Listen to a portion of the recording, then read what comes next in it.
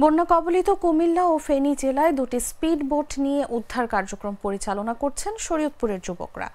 ৮ ঘন্টায় অন্তত ৭ শতাধিক আটকা পড়া লোককে নিরাপদে সরিয়ে নিয়েছেন তারা।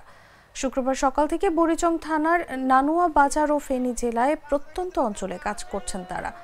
উদ্ধারকারী স্বেচ্ছাসেবকরা জানান, আকস্মিক বন্যায় ফেনী, কুমিল্লা, নোয়াখালী সহ কয়েকটি জেলায় আটকা পড়েছে লোকজন। এসব বন্যা দুর্গত মানুষের পাশে দাঁড়াতে শরীয়তপুর থেকে ফান্ড গঠন করে এবং পানি উন্নয়ন বোর্ডের সহায়তা নিয়ে দুটি স্পিড বোট ঠিক করে রাতে রওনা হন তারা।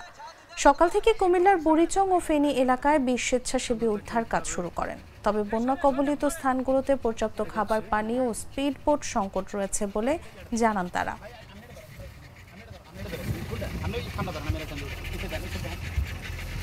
আমাদের স্বেচ্ছাসেবকরা সারাদিন আমরা অক্লান্ত পরিশ্রমের মাধ্যমে অনেক মানুষের জীবন বাঁচিয়েছি। এলাকায় আছি, এখানে আমাদের উদ্ধার পানি পাইছে আর খাবার পাইনি, হয় নাই, যা আনছিল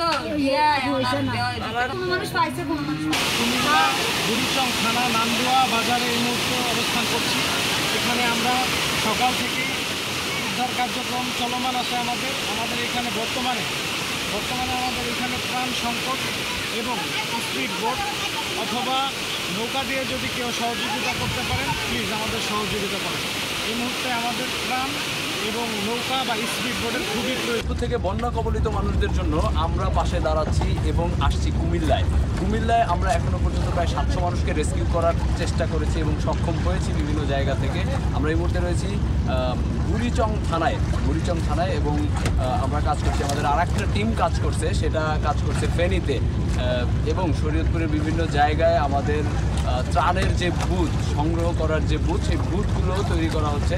এখনও পর্যন্ত শহীদ মিনারে আমাদের বুথে কার্যক্রম চলছে। যারা ত্রাণ দিতে চান তারা সরাসরি শহীদ মিনারে চলে আসেন।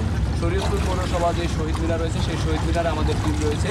বন্যার্ত মানুষের পাশে শরীয়তপুরের সাধারণ মানুষ। শিয়া বাটার ও ভিটামিন ই সমৃদ্ধ lily glam beauty soap. Lily, always beautiful.